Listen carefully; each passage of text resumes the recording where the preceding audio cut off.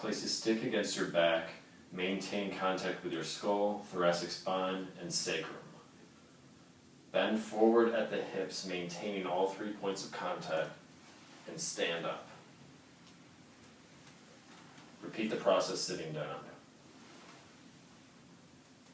A poorly performed exercise would demonstrate excessive lumbar flexion where the stick comes off the sacrum before standing. If you do not have a stick, hands will be placed on your pelvis.